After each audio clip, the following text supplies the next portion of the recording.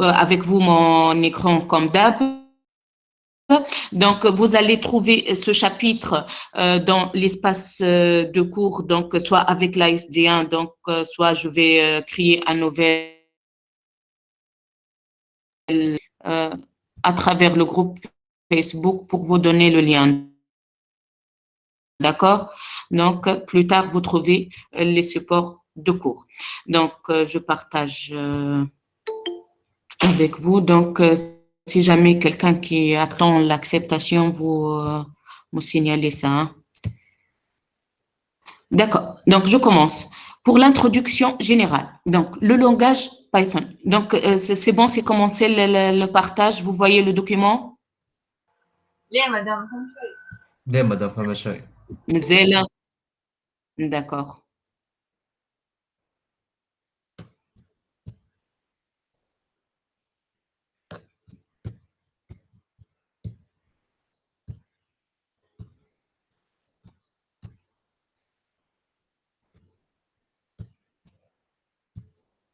Ça va? ليه ما دام سي بون. C'est bon? On peut ليه سي commencer, بون. hein? وي مدام. D'accord. Donc, le langage Python, ouais. Elle inclut Oui, le docteur. langage Python. Donc, c'est fin. Donc, la présentation. Python ou Python est un langage de programmation interprété. Donc, si vous vous rappelez la différence entre compiler et interpréter, on a parlé de ça donc l'ASD1. Donc, compiler, on a besoin d'un compilateur. Donc, le langage C, le langage Pascal, donc ce sont des langages compilés, c'est-à-dire lorsqu'on écrit le code en code source, on doit le compiler. Donc, on fait la compilation pour avoir, donc lors de la compilation, donc il va donc traduire le code source en code objet et aussi il va détecter si jamais il y a des erreurs de syntaxe. Donc, par contre, on a d'autres types de langages qui sont les langages interprétés. Donc, Python, c'est un langage interprété, c'est-à-dire l'interpréteur va exécuter les lignes du code une par une. Donc, l'exécution de mon code va se faire ligne par ligne. Si jamais j'écris donc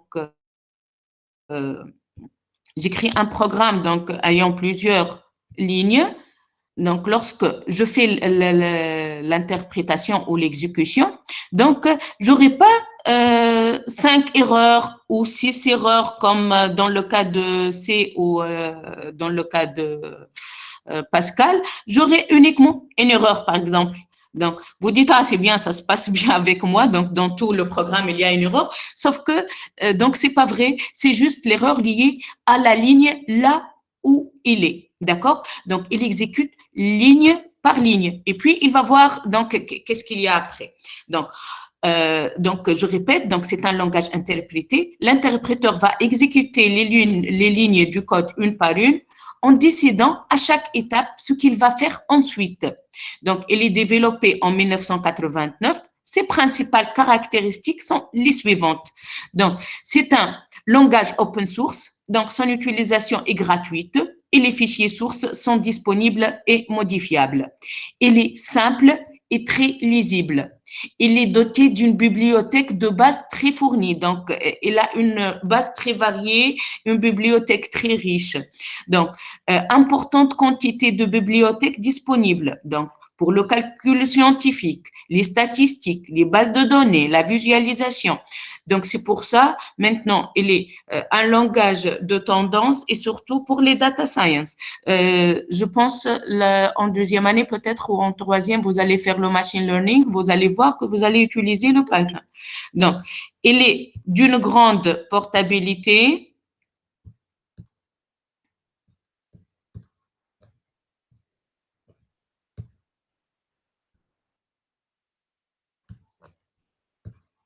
Voilà, donc il est d'une grande portabilité, c'est-à-dire il est indépendant vis-à-vis du système d'exploitation Donc, on peut utiliser Python sur Linux, Windows, macOS, n'importe.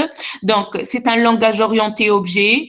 Donc, la chose donc la plus intéressante, qu'il a un typage dynamique.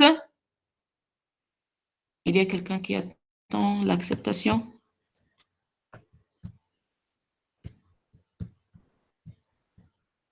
Voilà. Voilà, donc le typage dynamique. Donc, l'association à une variable de son type et allocation zone mémoire en conséquence. Donc, vous savez, donc dans les langages traditionnels, généralement, on doit déclarer une variable à l'avance et on doit spécifier son type pour qu'on fait donc l'allocation de la mémoire. Euh, donc pour le Python, non, c'est pas le cas. Donc vous allez voir que lorsqu'on utilise une variable, on va utiliser directement sans la déclarer il va donc directement selon la variable. Donc par exemple, lorsqu'on met a égale 5, il va constater qu'il s'agit d'un entier. Lorsque vous mettez b égale 3.2, donc il va comprendre qu'il s'agit d'un réel. Donc, c'est ce qu'on appelle le typage dynamique. Donc, il fait automatiquement, le typage est fait automatiquement lors de l'exécution du programme, ce qui permet une grande flexibilité et rapidité de programmation, mais qui se paye par une surconsommation de mémoire et une perte de performance. Donc, il présente un support pour l'intégration d'autres langages, donc on peut intégrer d'autres langages. Donc, pour travailler maintenant en Python, il suffit d'écrire vos instructions et de les interpréter.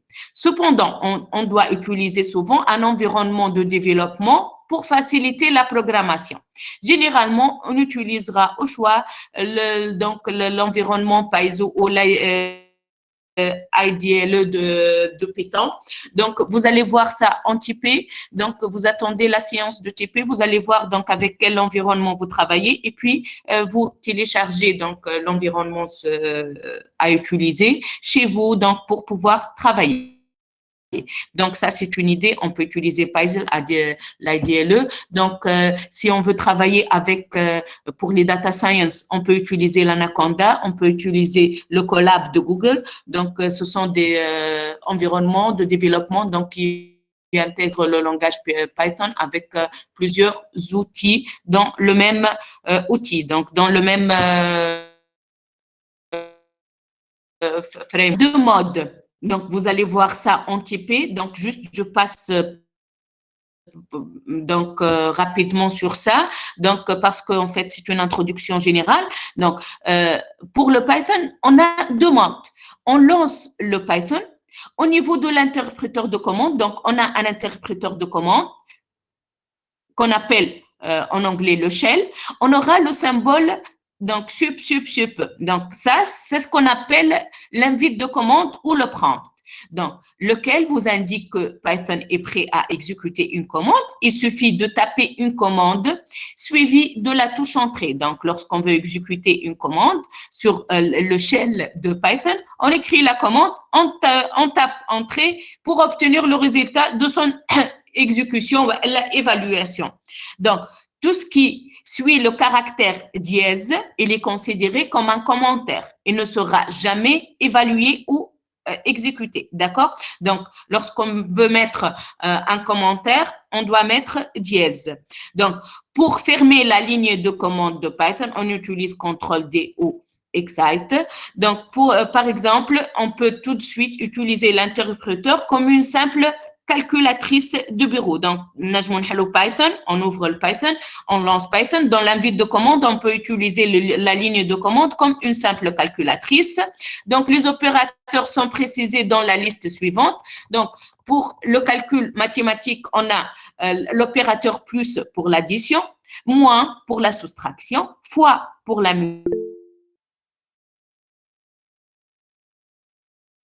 division entière. Donc, ça, c'est modulo, donc pourcent. Fois, c'est pour l'exponentiation.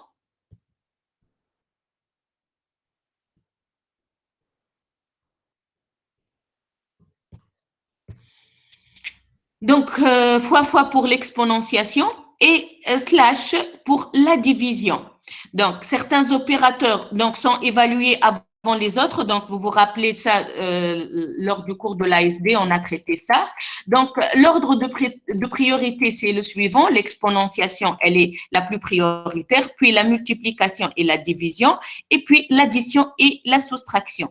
Et certainement, les opérateurs de même priorité sont évalués de gauche à droite. Et les parenthèses permettent de changer ces priorités. Donc, par exemple, ici, donc ça, c'est le shell de Python. Ça, c'est le prompt, donc le sup.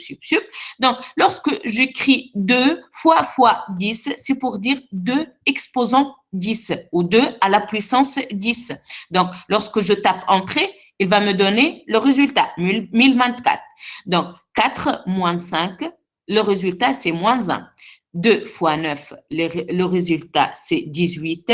Et lorsque je mets tiré bas plus 2, donc, il va me donner 20. Pourquoi? Parce que le tiré bas, c'est le résultat de la dernière commande. Donc, puisque la dernière commande, son résultat était 18, donc il va ajouter plus 2 à 18 et j'aurai le résultat 20. D'accord? Donc, 1 sur 0. Donc, ici, puisque j'ai fait la division par 0, donc il va m'envoyer un message d'erreur pour me dire que c'est le zero division error. Donc, c'est la division par 0 ou by 0. Donc, ça, c'est une erreur. D'accord? Donc, lorsque tout se passe bien, j'aurai un résultat. Lorsque ça se passe pas bien, j'aurai un message d'erreur. Ça, je répète, c'est le shell, d'accord? Donc, c'est l'invite de commande de Python. Là où je peux donc exécuter des instructions simples. Mais parfois, j'aurais besoin donc d'écrire tout un programme. J'ai pas besoin d'exécuter uniquement des commandes, d'accord? Donc, c'est pour ça, je passe à ce qu'on appelle le mode script. Donc, le mode commande n'est pas l'unique manière d'interagir avec Python. Ce dernier permet aussi d'écrire des programmes complets. On parle du mode script. Il suffit de taper CTRL-N ou choisir le menu File et New File pour éditer un nouveau script. Donc, lorsqu'on parle d'un nouveau script, c'est une page vierge qui apparaît, qui a cette forme-là. Donc, ça va me lancer une page blanche, d'accord? Une nouvelle page, une page vierge. Donc, ça, c'est ce qu'on appelle un script. Donc, on va se contenter de créer un script sans trop comprendre l'utilité pour le moment. Donc, on ne va pas comprendre qu'est-ce qu'on va écrire, juste, on va écrire ça. Donc, c'est mon premier script. Donc, je vais écrire print données A, B, C. Donc, ça, c'est une commande Python qui permet l'affichage d'un message. Donc, print, c'est pour écrire. Donc, et puis, j'ai déclaré 3 variables, A, B, C, égale map, int, input.split. Ça va me permettre de faire la lecture de 3 entiers. D'accord? Je vais le mettre dans A, B, C, les variables A, B et C, les valeurs, donc, que l'utilisateur va les introduire par le clavier. Et puis, je vais mettre print, calcul de la somme, anti/n, donc pour retour à la ligne. Donc, c'est l'affichage d'un message avec retour à la ligne. Et puis, je vais mettre print A, donc ici, c'est la variable.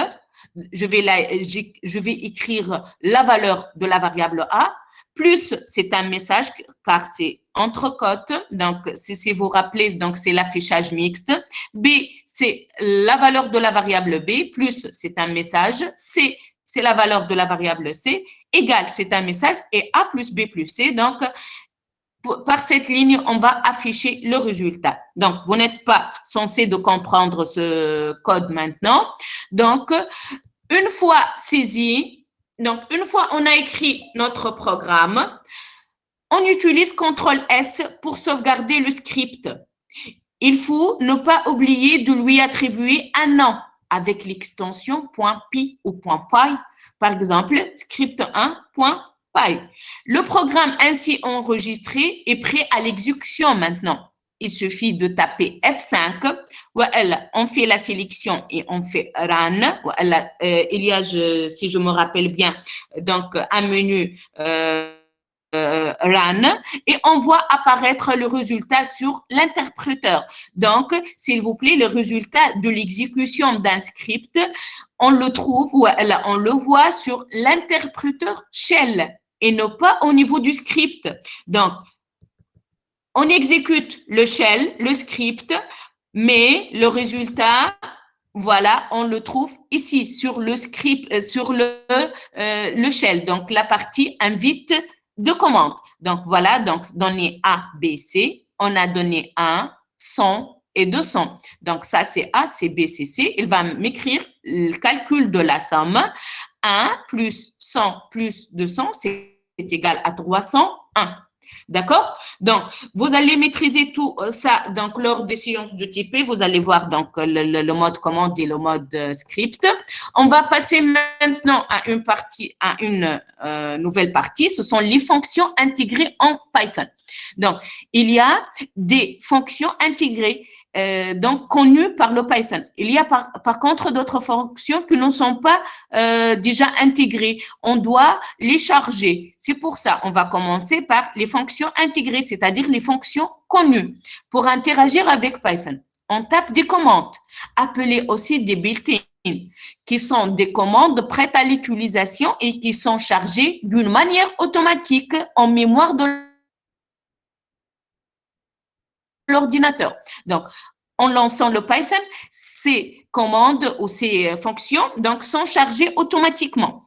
Donc, lorsque je veux appliquer la valeur absolue, j'écris ABS de moins 4, donc, ou ABS de 3.22, ABS de 1 plus 2J. Donc, j'aurai 4, c'est la valeur absolue de moins 4.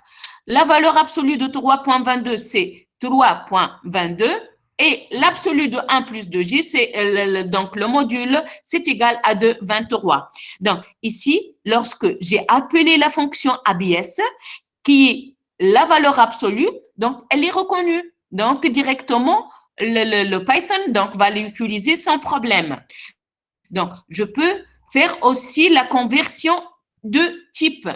Lorsque je mets int de 4,35, donc, j'aurai la partie entière, 4. Donc, ici, je fais le forçage que ma variable ou donc la valeur introduite soit int.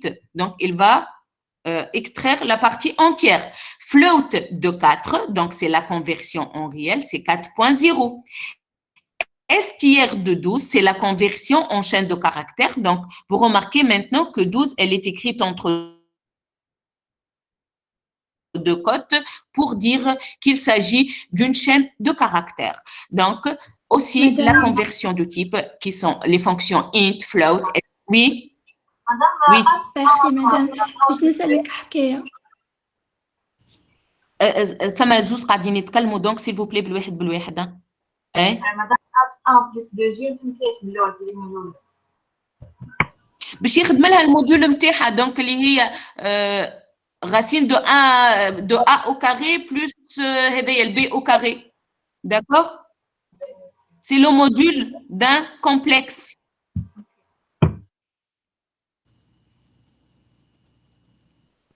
مدام بالله فما شكون يستنى. فما شكون استنى؟ وي مدام. D'accord.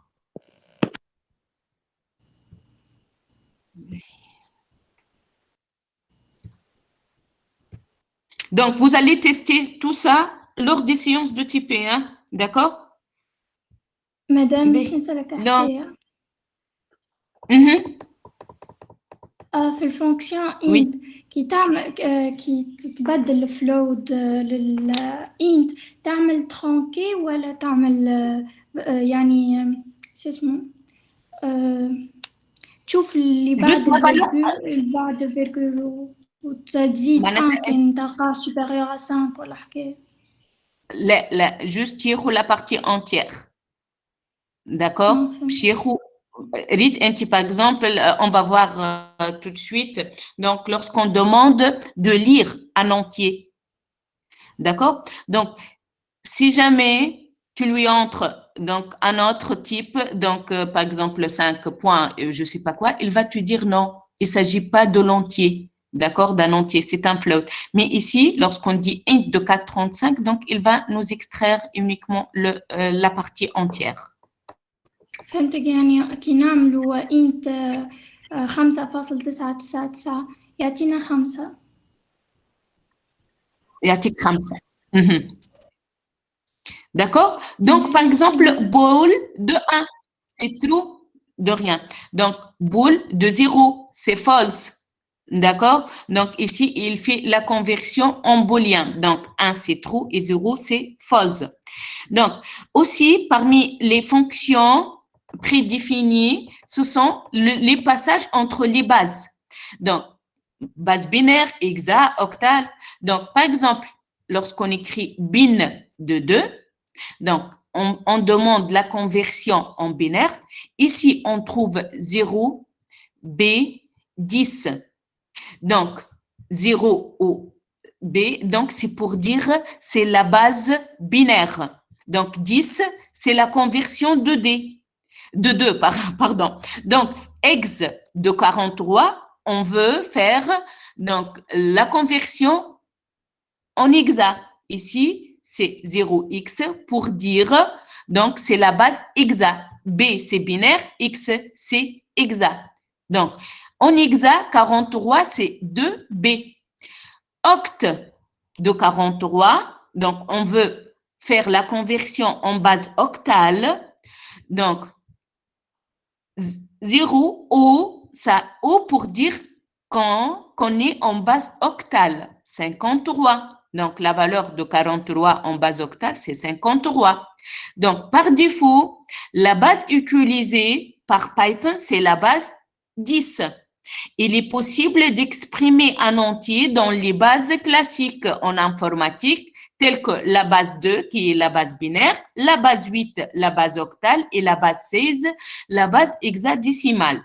Pour cela, on fait précéder la présentation du nombre dans ces bases du préfixe 0b pour le binaire, 0o pour l'octal ou 0x pour l'hexadécimal. Donc ici, 2 ou 43, ce sont des entiers ou des chiffres dans la base décimale, d'accord? Donc, parce que le Python, il comprend la base décimale, c'est par défaut, donc c'est la base utilisée. Lorsqu'on veut écrire donc des chiffres avec une base binaire, on doit précéder ça par 0b. 0b, 1, 0, 0, 1, 1. En tapant entrée, donc il va me faire automatiquement la conversion en base décimale. C'est 19. 0 O, donc pour dire qu'on est en base octale, 223. Donc, il va me traduire ça en base décimale, c'est 83. Donc, 0x 223, donc dans la base hexa, donc c'est 291, on va en base décimale. 0x AB, donc dans la base hexa AB, c'est 171 en base décimale. Donc, ici, pour faire la conversion de la base décimale en base binaire ou en base hexa ou en base octale, donc je dois utiliser bin et je mets la valeur décimale ou hex et la valeur décimale, oct et la valeur décimale. Pour passer de la base binaire ou la base octale ou encore la base hexa, donc je peux écrire mon chiffre dans cette base. Par contre, je dois précéder mon chiffre avec le préfixe de la base, 0b pour binaire, 0o pour octal et 0x pour hexa, et j'aurai directement la conversion en base décimale. D'accord? Donc, ça, en fait, ce sont quelques exemples de fonctions prédéfinies. Donc, maintenant, on va passer au module de Python. Donc, les modules utilisés par Python, donc ces modules donc, avec lesquels on peut utiliser d'autres fonctions qui ne sont pas prédéfinies, ce sont des fonctions donc qu'on doit les charger avant de les utiliser. Donc, dans le paragraphe précédent, on a évoqué les built-in Python qui se chargent au moment du démarrage de Python. Mais ce ne sont pas les uniques commandes utilisables. Python regroupe les commandes par thème dans des unités spéciales appelées modules. Un module regroupe un ensemble de variables et de fonctions prêtes à l'utilisation. Donc, il suffit d'importer le module avec le mot-clé import et d'appeler les fonctionnalités qu'il offre en utilisant une notation préfixée de la forme le nom de module, point, le nom de la fonction ou nom du module, point, nom de la variable. Donc, on va commencer par un module qu'on va utiliser beaucoup, donc c'est le module math. Donc, lorsque j'ai besoin d'utiliser des fonctions liées aux fonctions mathématiques, par exemple la racine carrée, les fonctions trigonométriques, le cosinus, sinus et ainsi de suite. Donc, ils ne sont pas des fonctions prédéfinies. Donc, si on tape racine SQRT de 5, donc j'aurai un message d'erreur. Donc, il va me dire que c'est une fonction qu'il ne connaît pas. C'est pour ça, on doit faire l'importation. Donc, on doit mettre import du module math. Donc, aussi, si je me rappelle bien, aussi avec quel langage au bac? Pascal. Avec Pascal, on fait l'importation des bibliothèques. Hein? ليه مدام؟ في السي مدام نعملوا كان يوزس وين سيرتي اللي فات يوزس وين سيرتي كهو في السي مدام c'est donc voilà pour studio déjà toujours on fait l'import studio hein اي voilà d'accord donc c'est le même principe hein. Ce sont des modules donc maths ou c'est maths pour les complexes on a d'autres types vous avez on va pas voir dans ce cours, donc peut-être vous allez voir ça plus tard avec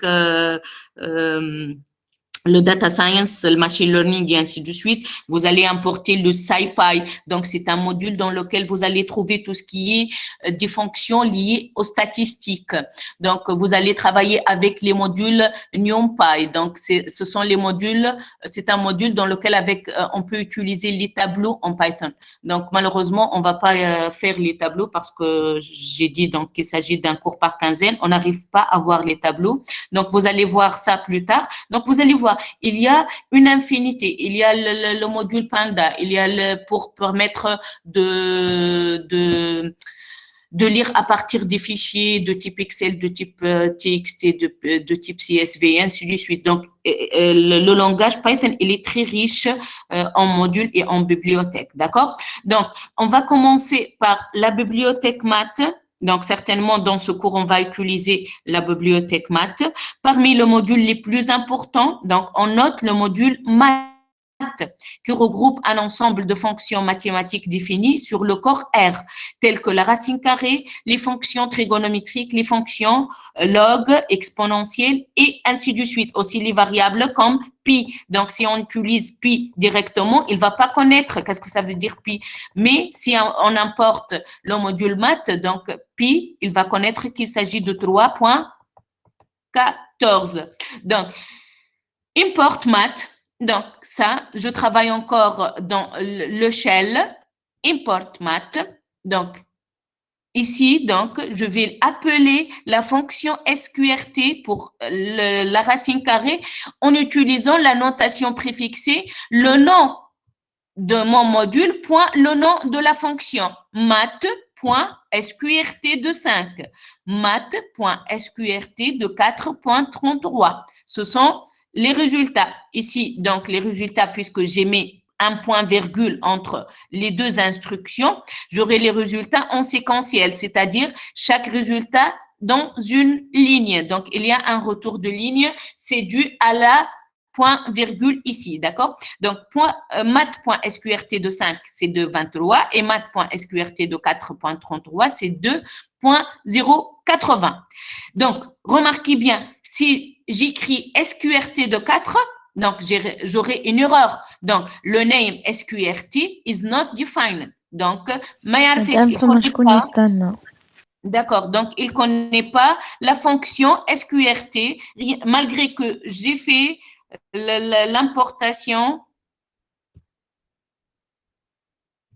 Attendez, donc, je ne trouve pas, donc...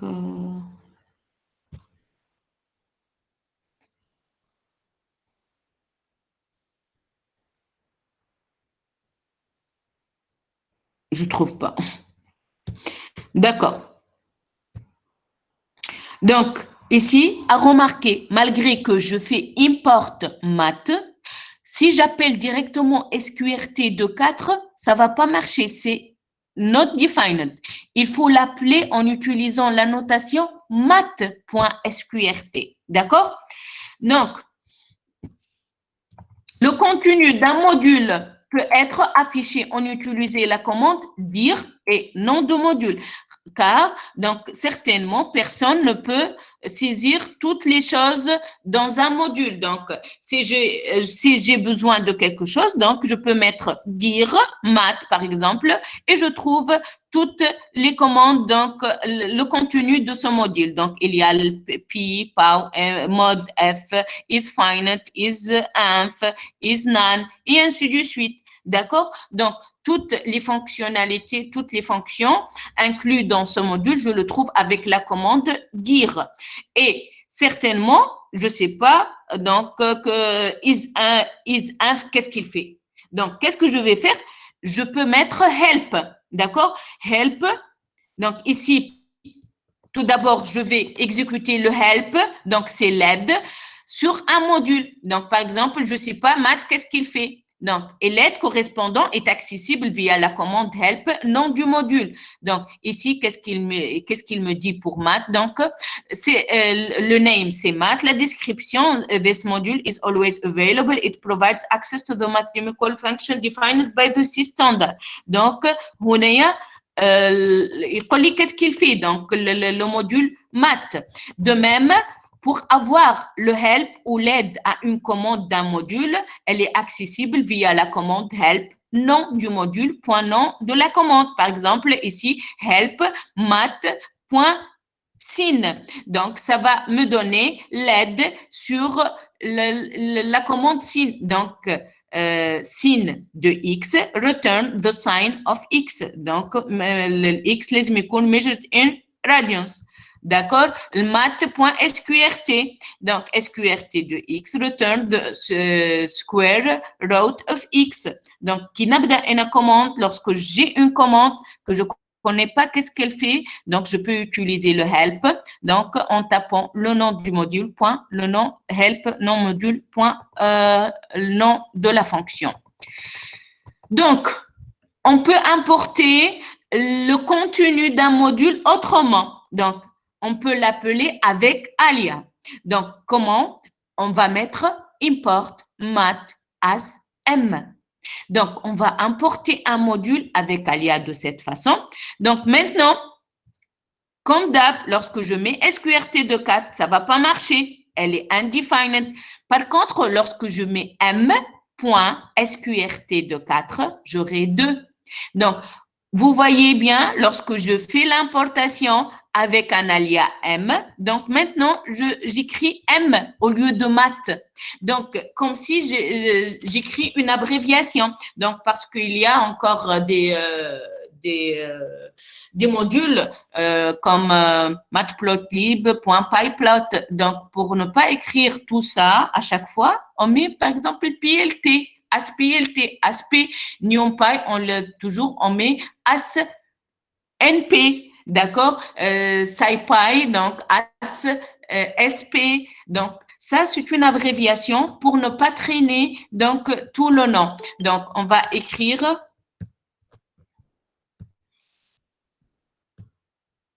donc c'est la deuxième façon donc d'importer un module. Donc, on peut importer un module, soit on met import et le nom du module uniquement. La deuxième façon de le faire, c'est import nom du module as et on met un nom, une abréviation, donc comme si import math as m. Donc, et on doit mettre m.sqrt, m.sin.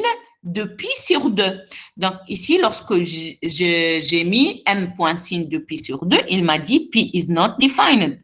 Donc, qu'est-ce qu'il faut faire? Il faut mettre m.sin de m.pi sur 2. Donc, vous remarquez, si jamais j'ai pas utilisé l'importation avec alia, j'aurais dû écrire mat.sin de mat.pi sur 2. D'accord? Donc, ça va traîner mat.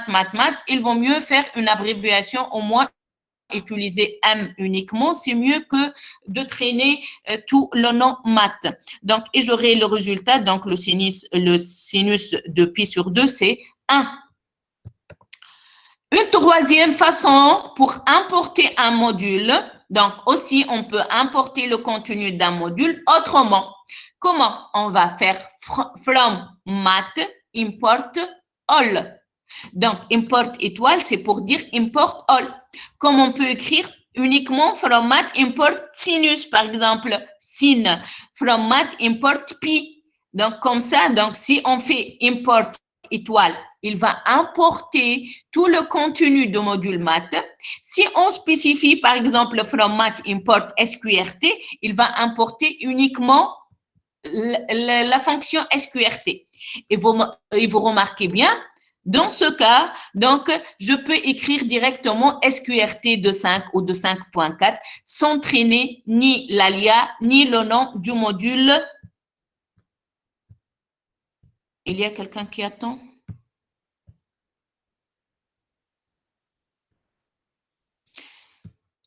D'accord? Ça va, vous y êtes, hein, jusque-là? Donc, ليش تعدنا البارتي الاخرى مدام؟ cette partie. اي D'accord. Donc, je vais refaire. Donc, j'ai dit, pour importer un module, on a 3 façons de le faire. La première, import et nom du module. Par exemple, import math.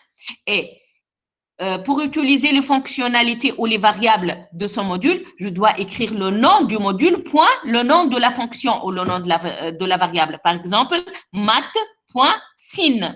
D'accord? La deuxième façon d'importer un module, c'est import, nom du module, as, et on donne une abréviation, un alias. D'accord? Donc, par exemple, import math as m. Donc, maintenant, pour donc utiliser une fonctionnalité, je dois mettre le nom de l'alias, donc m.sin, m.pi. D'accord? Je dois utiliser l'abréviation. Une troisième façon d'importer un module, c'est de mettre from math, donc à partir du module math, import. On va importer à partir du module. Et qu'est-ce qu'on veut importer? Par exemple, étoile pour dire tout. Donc, vous savez bien que l'étoile, elle remplace tout. Donc, pour dire from math, import all. All. Ça, c'est all. D'accord? Donc, si jamais je veux importer uniquement le sqrt, je fais from math, import sqrt. Et de cette façon, puisque j'ai utilisé la troisième façon, maintenant, je n'ai pas besoin d'utiliser la notation préfixée. Je peux utiliser directement l'SQRT, le sinus, et ainsi de suite. Dans ce cas, la notation préfixée n'est plus valide. Donc, j'utilise plus la notation préfixée avec la from module import. Donc, vous allez me dire, donc, il est très intéressant d'utiliser la troisième façon de le faire. Hakawalle. C'est vrai. Donc, voilà. Donc, c'est plus facile. Donc, je fais from math import all et puis je vais utiliser sans mettre la notation préfixée. Sauf que vous pouvez faire ça certainement, hein, mais le plus intéressant, c'est la deuxième façon. C'est d'importer le module avec alia et de traîner ces abréviations. Pourquoi? Parce qu'en fait, on a plusieurs fonctions qui sont définies dans plusieurs modules et chaque module peut les interpréter de sa façon. Je vais dire un exemple, hein. C'est pas vrai, mais c'est un exemple. Par exemple, la SQRT, vous pouvez la trouver dans le module math et dans le module SciPy, par exemple. D'accord?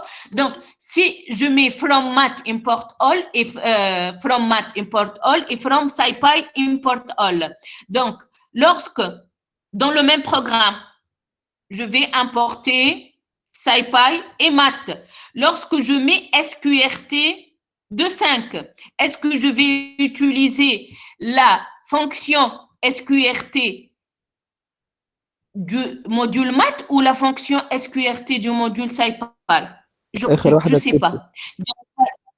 Donc, Python, il va utiliser l'une de ces fonctionnalités. Donc, et je ne sais pas exactement quelle fonctionnalité il a utilisé. Par contre, si je mets import math as M and import SciPy as SP, lorsque je mets m.sqrt, donc dans ce cas-là, je serai certaine que je suis en train d'utiliser la fonction SQRT du module maths et non pas la fonction SQRT du module SciPy. D'accord? Vous y êtes? Vous voyez donc la différence, mais certainement, vous pouvez surtout, dans notre cas, on va utiliser des programmes, des petits programmes, donc on ne va pas utiliser des programmes assez variés avec plusieurs modules. Donc, vous pouvez utiliser cette façon de faire, hein. Il n'y a pas de problème. Mais je parle dans le cas général. Dans le cas général, le plus professionnel serait d'utiliser la deuxième méthode, c'est d'utiliser les modules, l'importation du module avec une abréviation Wanalia. D'accord? Donc, parmi les fonctions les plus utiles du module maths, on trouve la racine carrée, c'est la SQRT, la factorielle, donc maintenant, on ne va pas se galérer avec la fonction factorielle. On aura factorielle. Factorielle, elle me permet de calculer la factorielle sans utiliser les boucles et ainsi de suite. Les fonctions trigonométriques, cos, sin, tangente, asinus, acosinus, atangente, les conversions des angles entre degrés et radians, logarithme exponentiel, log 10, log 2, les fonctions d'arrondissement, floor, ESSEIL. Ici, vous pouvez utiliser, vous pouvez tester ces fonctions. Donc, floor, ESSEIL, c'est l'une d'eux. Donc, elle va faire l'arrondissement. Donc, 4.3, c'est 4 et l'autre, donc, avec majoration et avec minoration. Donc, c'est à tester. Hein. J'ai oublié chacune d'elles, qu'est-ce qu'elle fait. Donc, il faut tester ça. La troncature, donc, on peut faire des troncatures. Donc, le module maths stocke aussi la valeur de pi et la valeur de e. Donc, on peut trouver pi et e, donc, qui sont stockés dans le module maths. On peut utiliser ces variables en important le module maths. Aussi, on a le module CMath. Donc, d'une manière analogique, le module CMath offre toutes les fonctions mathématiques applicables sur le nombre complexe. Donc, lorsqu'il s'agit de nombres complexes, on ne va pas appeler le module maths, mais plutôt, on doit appeler le module CMath. Donc, je fais dire CMath. Voilà donc les fonctions contenues dans le module CMath. Donc, parmi les fonctions, on note la forme polaire, c'est polaire, donc Z égale 1 plus 1 de J, donc CMath point polaire de Z, donc elle va me donner la forme polaire, donc CMath point phase de Z, elle va me donner la phase, donc elle calcule l'argument, la forme algébrique à partir de la forme polaire. Donc, on donne 2,cmath.pi, donc elle va me calculer ça. Donc, lorsque vous aurez besoin de n'importe quel calcul sur les nombres complexes, vous devez appeler ou importer le module CMath et vous trouvez tout dans ce module-là. D'accord? Donc, ça, c'était la partie introduction générale. Donc, si je récapitule, donc, qu'est-ce qu'on a fait? On a commencé par introduire le Python comme langage et puis on a parlé qu'on a deux modes, le mode commande et le mode script. Donc, le mode commande, ça se fait sur le shell, sur l'invite de commande. on écrit ligne par ligne et on exécute. Pour le mode script, il nous permet d'écrire des programmes complets ou des programmes entiers. Et puis, on fait l'exécution. Le résultat sera affiché sur le script, sur le shell. Aussi, donc, on a vu les fonctions intégrées, c'est-à-dire les fonctions connues par Python. Donc, on peut les appeler directement. Elles seront chargées automatiquement. Et on a vu les fonctions qui ne sont pas prédéfinies. Donc, ce sont des fonctions incluses dans des modules. Donc, ces modules, généralement, sont regroupés par thème. Donc, module maths, module NumPy, module PyPlot pour l'affichage et ainsi de suite. Donc, on va voir quelques modules donc au fur et à mesure de ce cours-là. Donc, puisqu'on a terminé cette introduction générale, donc je vais passer au chapitre 1. Donc, certainement, donc, مدام vous êtes... Oui. باب الكور هذا وين نلقاوه من بعد؟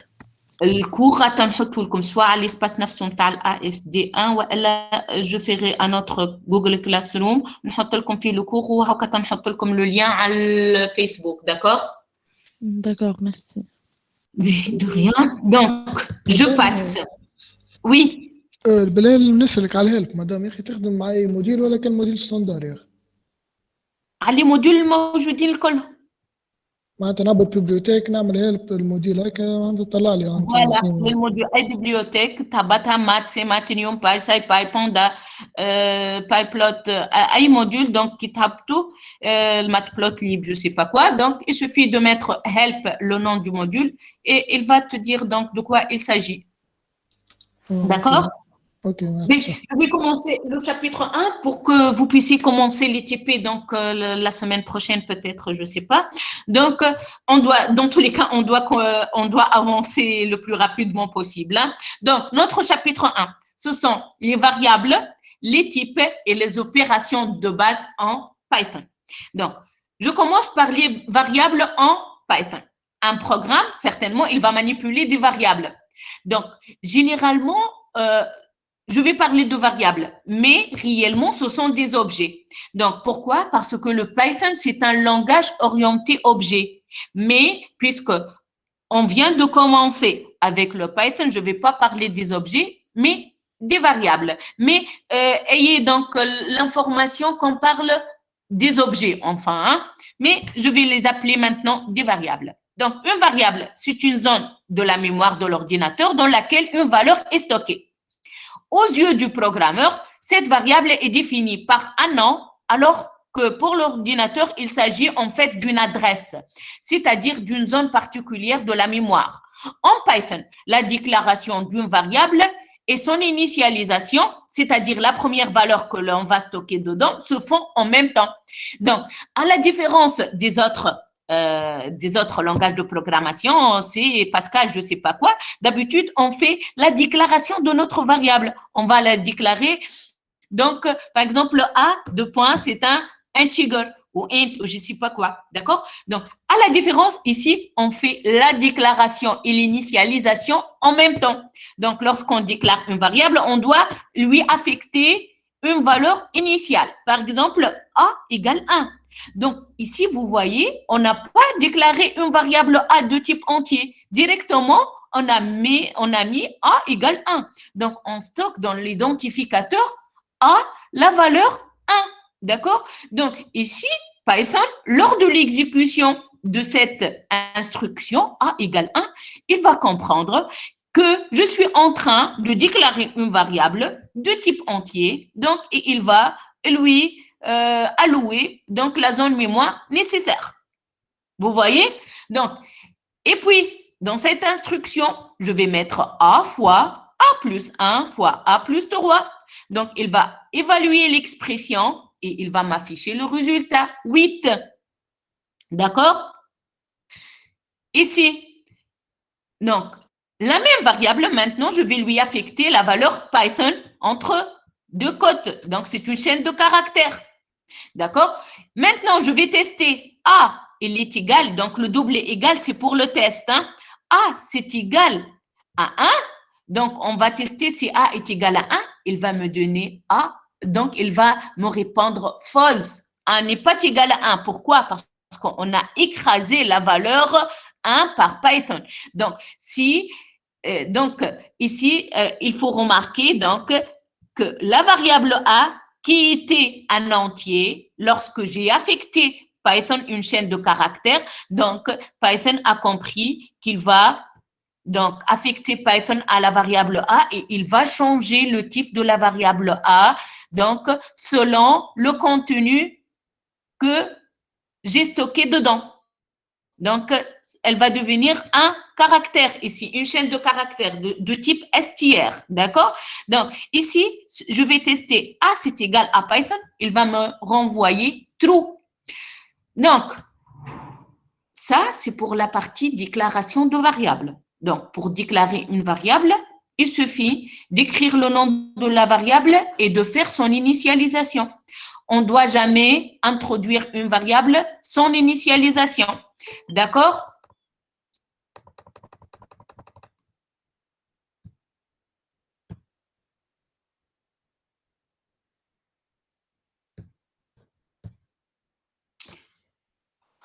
Donc, plutôt c'est le chapitre 1.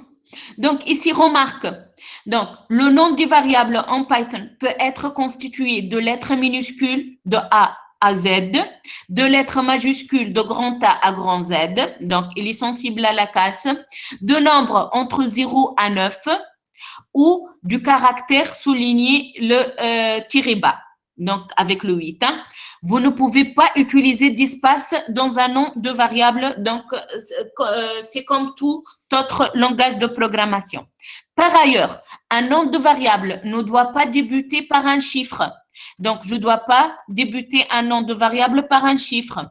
Et il n'est pas recommandé de le faire débuter par le caractère tiré bas, sauf des cas très particuliers. Mais généralement, on ne commence pas un nom de variable par un tiré bas. Python est sensible à la casse, ce qui signifie que les variables test ou test, donc test avec T majuscule au début et à la fin, et test tout en minuscule ou test tout en majuscule sont différentes. Ce sont 3 variables différentes.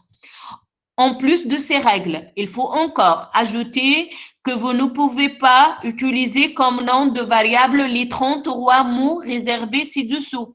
Donc, qu'est-ce que ça veut dire des mots réservés? Ils sont utilisés par le langage lui-même. If, and, del, from, none, true, as, elif, global, non-local, try, assert, else, if not, while, break, except, import, or, with, class, false, in, pass, yield, continue, finally, is, raise, def, for, lambda, and return. Hedum alcool, on ne peut pas les utiliser. Tous ces mots, ces 33 mots, ils sont des mots réservés. On ne peut pas les utiliser comme nom de variable. Maintenant, les types de variables.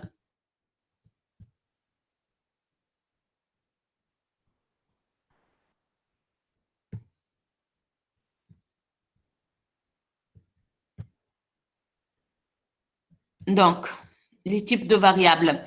Le type d'une variable correspond à la nature de celle-ci. Les principaux types dont nous aurons besoin dans un premier temps sont les entiers, donc les nombres décimaux, les floats, les chaînes de caractères, les str, les booléens, ce sont le Python, il les appelle bool, donc si on fait type de true, ça va me renvoyer bool. Sont essentiels en informatique, ce type comprend uniquement 2 constantes true et false, les vrai et faux. Ils sont principalement utilisés dans les structures de contrôle. Les nombres complexes, donc Python, il les appelle complexes, donc Python int, float, str, bool, and complexe. D'accord? Ce sont les types de variables de base. La fonction type, elle me retourne le type d'une variable ou d'une expression. Par exemple, type de 1, point virgule, type de 4.33, type de 1 plus 2j, type de true. Donc, type de 1, c'est int. Type de 433, c'est float.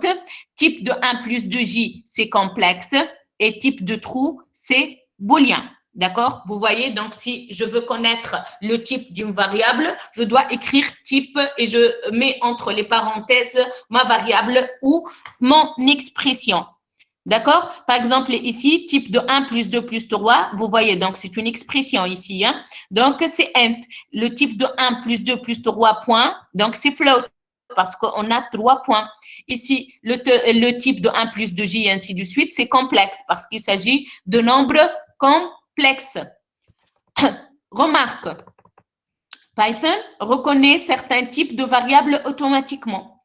Entier, float. Par contre, pour une chaîne de caractères, il faut l'entourer de guillemets.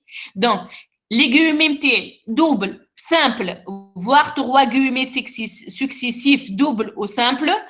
Donc, ça importe peu. D'accord? Afin d'indiquer à Python le début et la fin de la chaîne de caractères. D'accord? Dans l'interpréteur, l'affichage direct du contenu d'une chaîne de caractères se fait avec du guillemet simple, quel que soit le type de guillemet utilisé pour définir la chaîne de caractères. Donc, en Python, comme dans la plupart des langages de programmation, c'est le point qui est utilisé comme séparateur décimal. Donc, par exemple, donc on va faire des exemples sur ces remarques-là.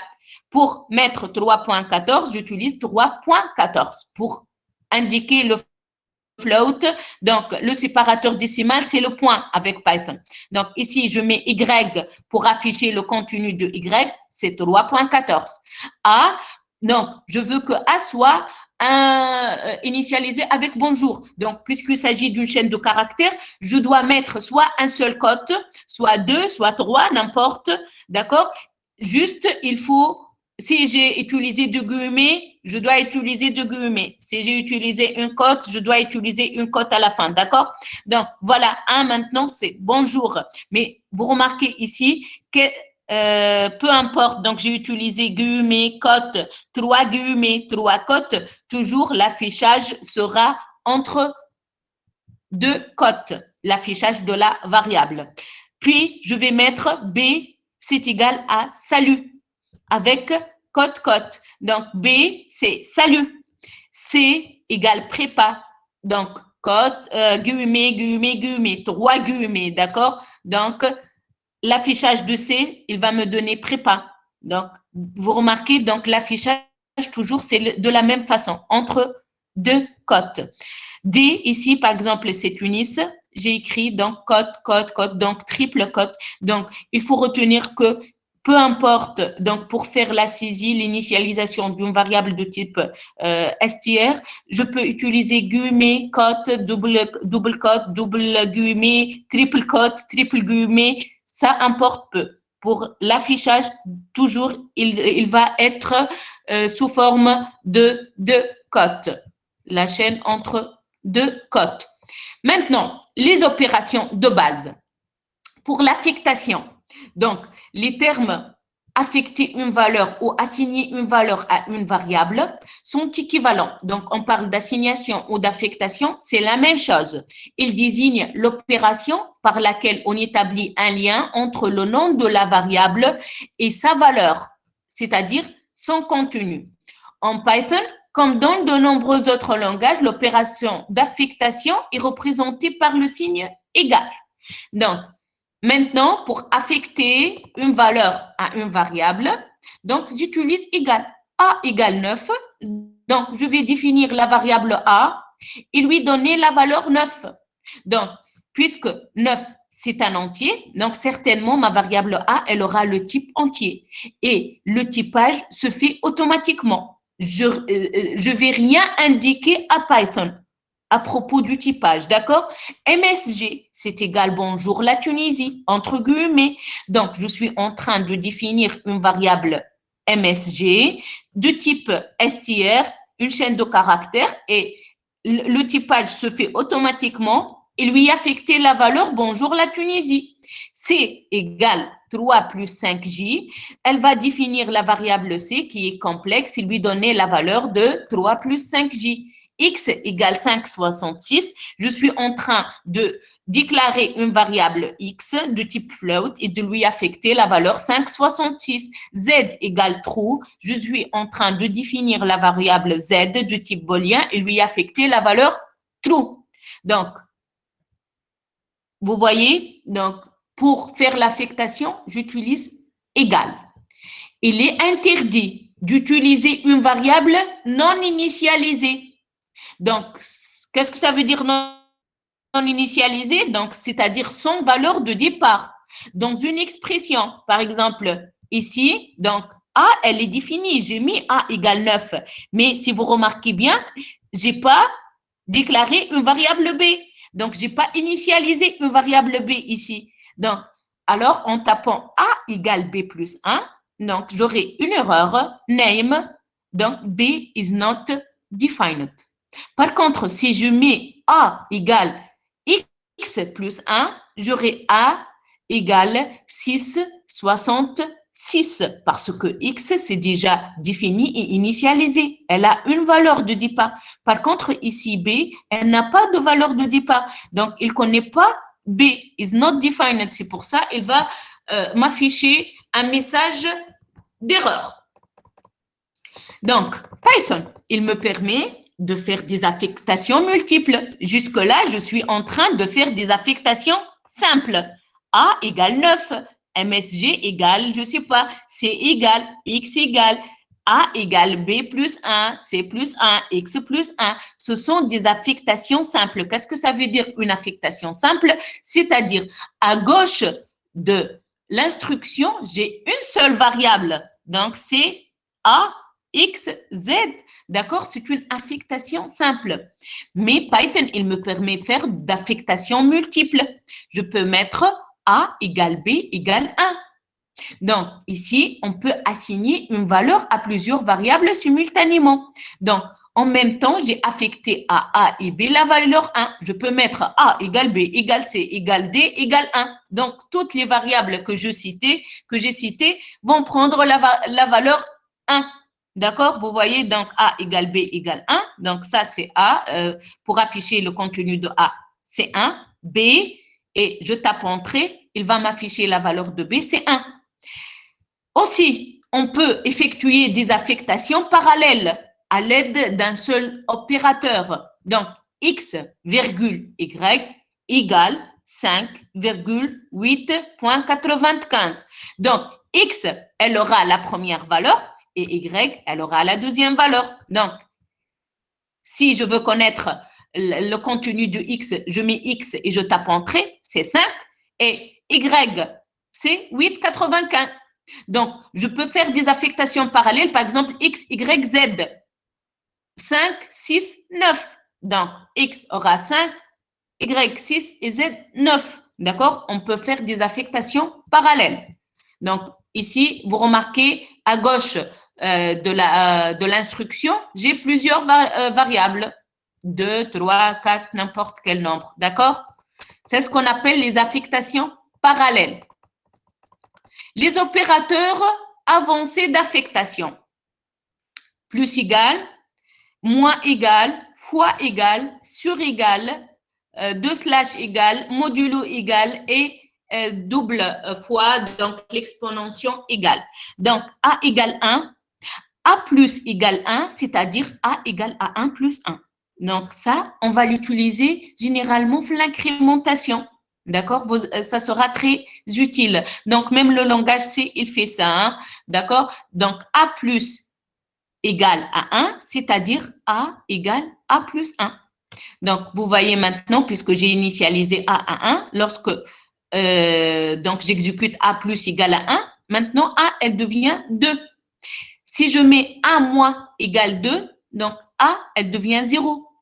A fois égale 4, donc c'est 0 parce que j'ai A égale 0. D'accord? Mais c'est l'équivalent d'écrire A égale à A fois 4. C'est bon? Donc, je passe à l'affichage de la variable, de la valeur, pardon, d'une variable. Pour afficher la valeur d'une variable à l'écran, il existe deux possibilités. La première, qui est une fonctionnalité secondaire de l'interpréteur, qui consiste à entrer au clavier le nom de la variable, puis la touche Entrée, comme on a déjà fait ici. Donc, pour afficher la valeur de la variable A, j'écris A et je mets Entrée. D'accord? voyez, pour afficher le contenu de la variable X, je mets X et je tape entrée. Y, je tape entrée. Donc, c'est une fonctionnalité. C'est la première façon de faire pour afficher la valeur d'une variable. C'est d'écrire son nom.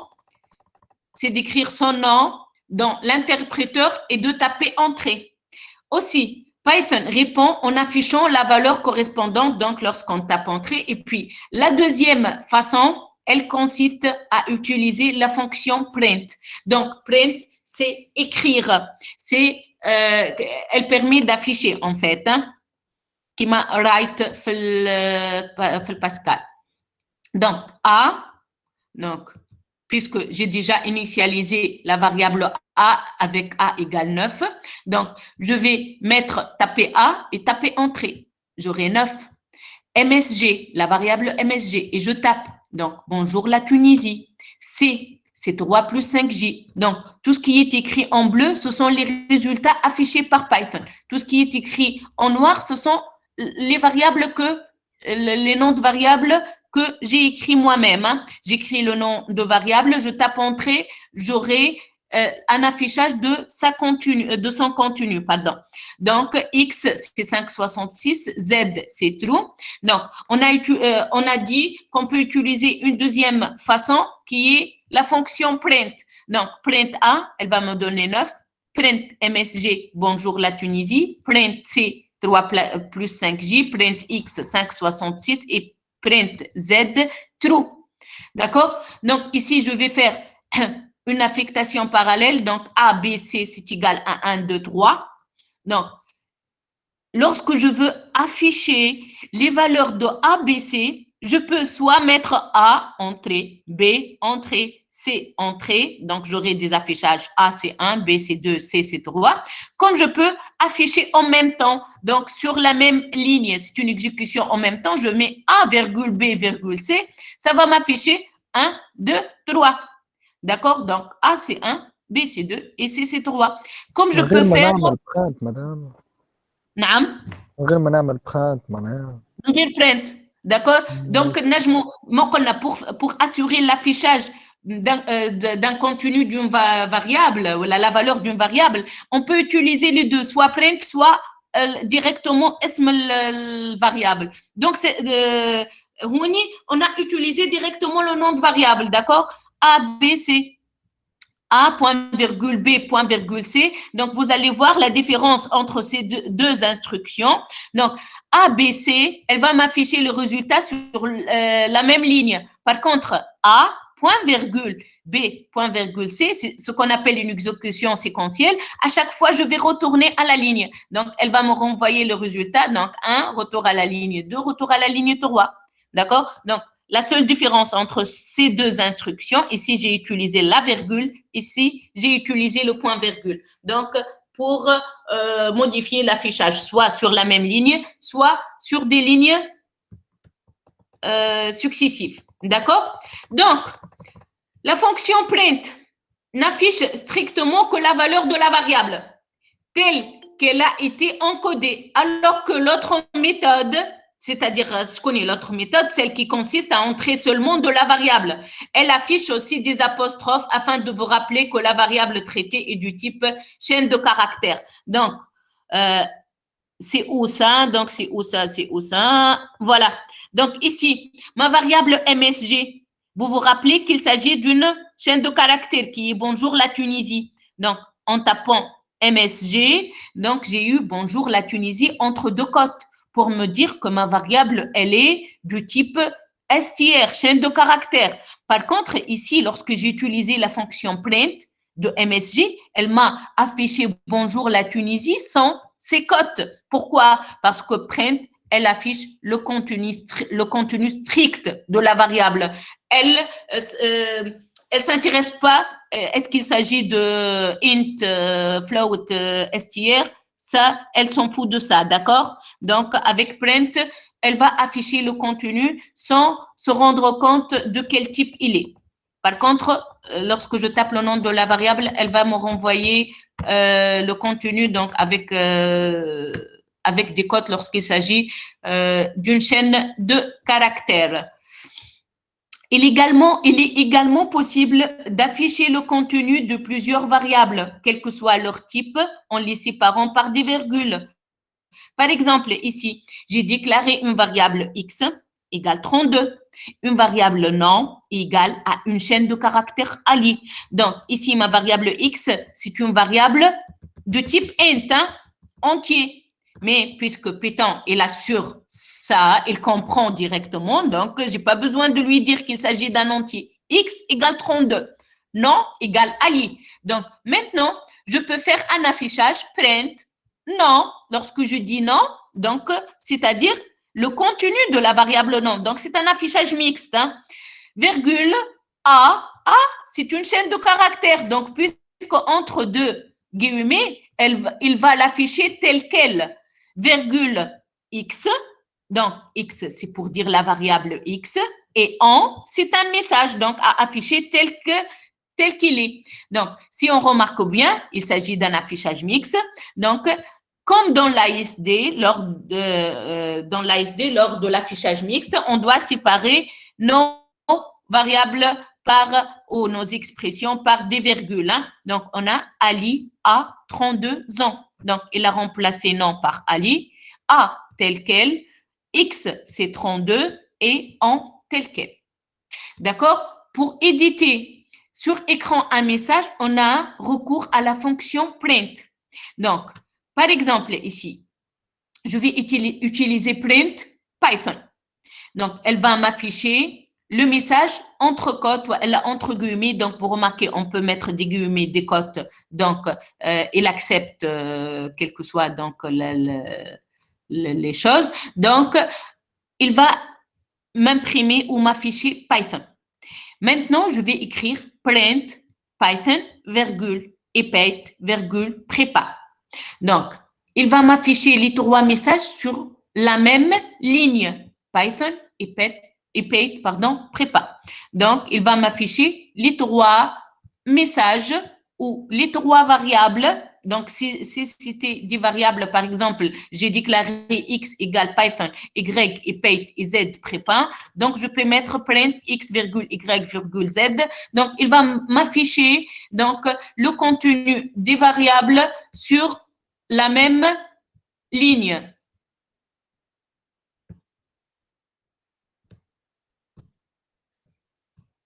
D'accord? Ici, regardez, je vais écrire print Python, point virgule, print prépa. Donc, l'affichage va se faire avec retour à la ligne Python et prépa.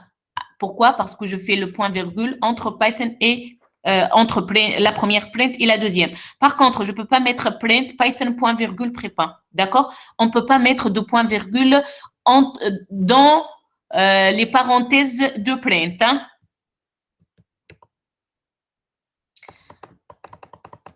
Aussi, on peut afficher plusieurs messages sur une même ligne en choisissant le séparateur le caractère de séparation. En utilisant la syntaxe suivante, print, message 1, message 2, lorsque je mets message, donc ça peut être un message simple, comme ça peut être une variable. Hein. Donc, message 1, message 2, des virgules, alors là, et puis, message K, et puis, séparateur égale le type de caractère à choisir. Hein. Donc, par exemple, x égale 32, non égale Ali. Donc, ici, lorsque je mets print, non, virgule A, virgule X, virgule en, virgule, séparateur, deux guillemets, mais je n'ai pas d'espace entre les deux guillemets ouvrante et fermante. Hein. Donc, ça, c'est pour enlever l'espace entre les mots de la phrase. Donc, regardez, j'ai Ali à 32 ans qui est attaché. Il n'y a pas d'espace entre les mots. Par contre, lorsqu'on a mis tout à l'heure, donc lorsqu'on a affiché tout à l'heure, donc Ali a 32 ans avec print non, j'ai pas spécifié donc le séparateur, le caractère de séparation. Par défaut, le caractère de séparation, c'est le tabulation, donc l'espace. Donc, il va me mettre Ali, espace A, espace 32, espace 1. Donc, c'est par défaut, c'est l'espace, d'accord? Donc, la tabulation. Par contre, ici, lorsqu'on spécifie que le séparateur est guillemets ouvrante, guillemets fermante, donc sans espace, donc ça va me permettre d'enlever l'espace. Donc ici, j'ai spécifié, je veux pas d'espace entre les mots à afficher. Maintenant, je vais faire print, non, A, X, en, le séparateur, c'est moins. Donc, vous voyez le résultat, Ali, moins A, moins 30, moins 1. 32 moins 1. D'accord? Donc, le séparateur, c'est le moins. Ici, le séparateur, c'est étoile. Donc, Ali, étoile, A, étoile, 32, étoile, 1. Donc, pour jouer sur le caractère de séparation, on peut utiliser donc CEP. CEP, elle me permet de jouer sur le caractère de séparation. Aussi, pour choisir le caractère de fin de ligne, on utilise l'option AND. Donc, option CEP pour la séparation et l'option AND, donc, pour le commande de print, donc pour jouer sur le retour à la ligne. Donc, c'est le caractère de fin de ligne, il joue sur le retour à la ligne. Donc, si le caractère choisi est guillemets, ouvrante, guillemets, fermante, alors il n'y aura pas de retour à la ligne. Donc, par défaut, on aura de retour à la ligne. Mais si on met AND égale les les guillemets entre ouvrantes ou fermantes, donc il n'y aura pas de retour à la ligne. Exemple, print, prépa, point virgule, print et paste. Donc, j'ai prépa et paste. D'accord? Ici, car le AND, par défaut, c'est le retour à la ligne.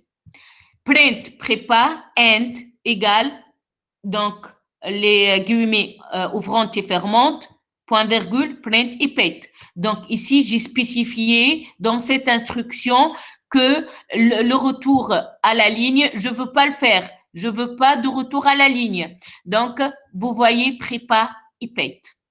Donc, voilà sur la même ligne. Il n'y a pas de retour à la ligne.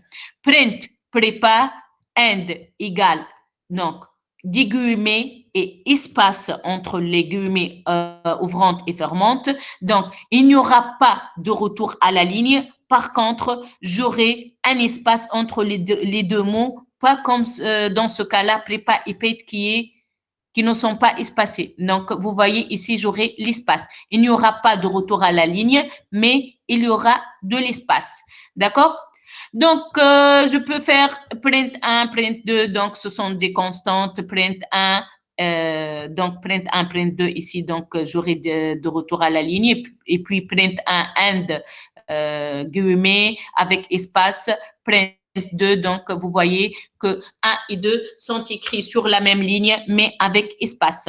Donc ici, à remarquer que par défaut, la fonction print ajoute en effet un caractère de saut à la ligne à toute valeur qu'on lui demande d'afficher. L'argument AND égale donc des guillemets avec espace signifie que vous souhaitez remplacer le saut à la ligne ou le retour à la ligne par un simple espace.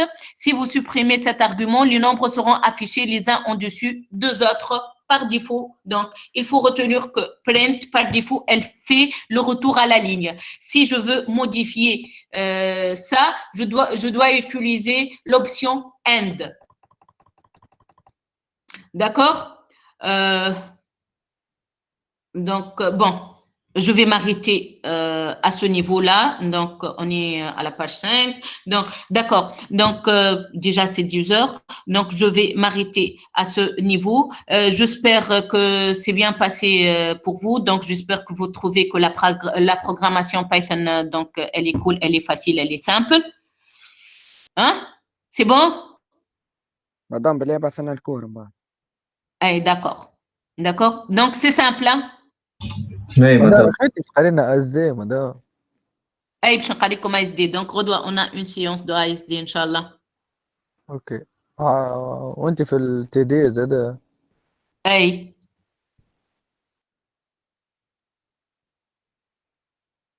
D'accord? Donc, durant ce deuxième semestre, je vais vous assurer le cours programmation Python et le cours ASD2 et le TD ASD2. Donc, pour le cours ASD2, donc je vais assurer, en fait, l'ASD2, c'est algorithmique et structure de données et complexité. ASD2 et complexité. Je vais vous assurer le cours ASD2 pendant 7 semaines, c'est-à-dire la moitié du semestre. Et puis, pour le deuxième donc volet, donc la complexité, vous le ferez avec Madame Yossera. Donc, je vais vous assurer 7 séances de cours. Par contre, je vais vous assurer toutes les séances de TD. C'est pour ça, donc, si jamais on n'aura pas, les séances de cours ne seront pas suffisantes, donc, cette semaine, peut-être, j'aurai besoin d'autres séances. On les fera en TD, hein, pour terminer l'ASD2.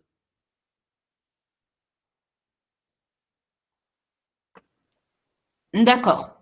OK, donc, hein, allez-y. Donc, bonne journée et à demain, Inch'Allah. Bye bye.